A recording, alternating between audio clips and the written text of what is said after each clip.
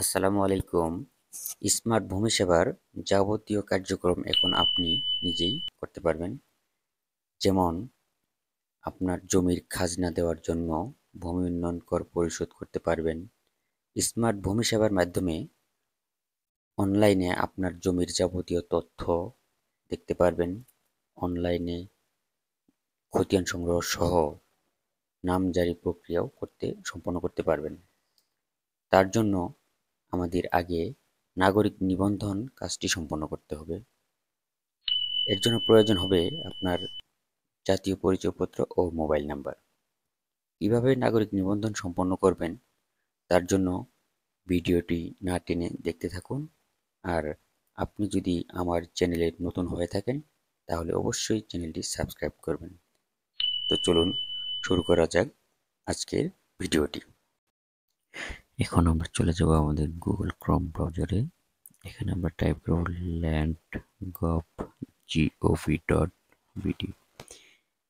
এই ওয়েবসাইটে এবার এন্টার করে দেব। এবার আমাদের ডান পাশের উপরে লগ ইন থেকে রেজিস্ট্রেশন, আমরা রেজিস্ট্রেশন ক্লিক করলে এখানে নাগরিক সংস্থা এই অপশনটি দেখতে পাবো। এখানে আমরা নাগরিক সংস্থা ক্লিক করব। তারপর আমাদের সামনে নতুন একটি ইন্টারফেস চালু হবে। এখানে আমরা আমাদের জাতীয় পরিচয়পত্রের নাম অনুযায়ী আমরা আমাদের নামটি লিখে দেব। আমরা নামটি লিখে দিচ্ছি। এবার আমাদের ফোন নাম্বার দিতে হবে। যে ফোন নাম্বার দিয়ে আমরা রেজিস্ট্রেশন করব সেই ফোন নাম্বারটি আমরা এখন প্রবেশ করে দিচ্ছি।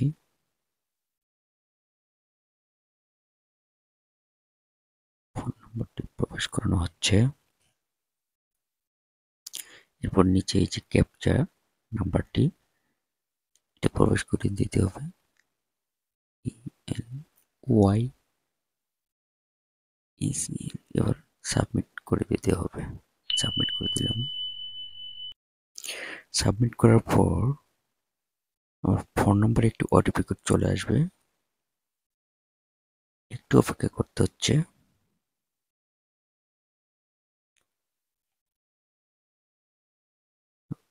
ওটিপি কোড চলে আসছে। এখন আমরা ওটিপি কোডটি বসিয়ে দিচ্ছি, তারপর সাবমিট করে দেব। এবার আমাদের নতুন পাসওয়ার্ড সেট আপ করতে হবে। পাসওয়ার্ড সেট করুন এই অপশনটি। আমরা এখন পাসওয়ার্ডটি আমরা চুজ ইউর ওন, আমরা নিজের মতো করে পাসওয়ার্ডটি বসিয়ে দেব।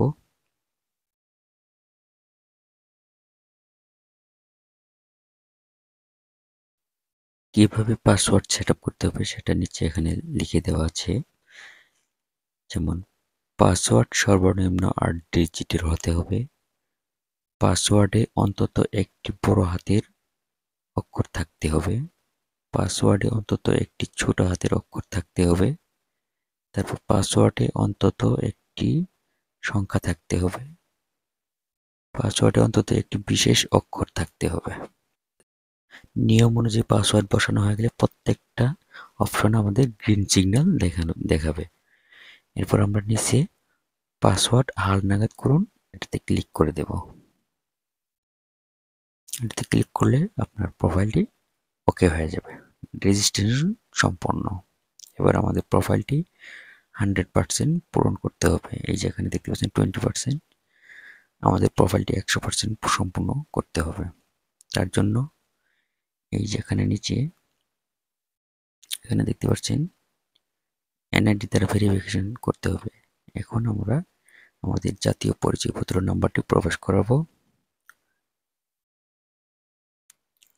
আমাদের জাতীয় পরিচয়পত্র নাম্বারটি প্রবেশ করাচ্ছি।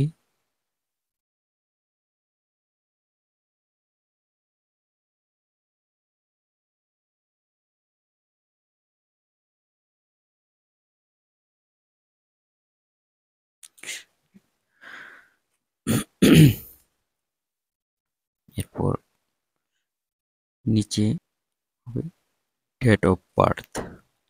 আমরা নিচে জন্ম তারিখটা পূরণ করে দেব। জন্ম তারিখ পূরণ করে দিচ্ছি।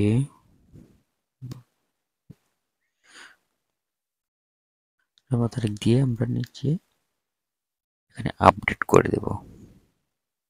আপডেট করার পর এখানে ন্যাশনাল আইডেন্টিফাই ইনফো, এখানে আপনার জাতীয় পরিচয়পত্রের নাম অনুযায়ী আপনার নাম, আপনার পিতা ও মাতার নাম সঠিকভাবে লেখা হলে নামের ডান পাশে রাইট চিহ্ন দেখতে পারবেন। জাতীয় পরিচয়পত্রের সাথে না মিললে ভুল দেখাবে, তাই সঠিকভাবে পূরণ করে হালনাগাদ এবং যাচাইতে ক্লিক করে দিবেন। ভিডিওটি দীর্ঘ করতে চাই না, তাই আইডেন্টি ইনফরমেশন দেওয়ার পর আপনার গ্রাম ঠিকানা, পোস্ট কোড ও একটি ইমেইল নাম্বার দিয়ে প্রোফাইল 100% সম্পন্ন হলে আপনি ভূমি স্মার্ট সেবার সমস্ত তথ্য পেয়ে যাবেন। নাগরিক নিবন্ধনটি 100% সম্পন্ন হলে এখানে লগ ইন, আপনার মোবাইল নাম্বার ও পাসওয়ার্ড অ্যাক্টিভ করা থাকবে, দিয়ে ক্যাপচাটি বসিয়ে দেবেন। আমরা নিচে ক্যাপচাটি বসিয়ে দিচ্ছি। ক্যাপচাটি বসিয়ে দিয়ে আমরা লগ ইন করে নেব।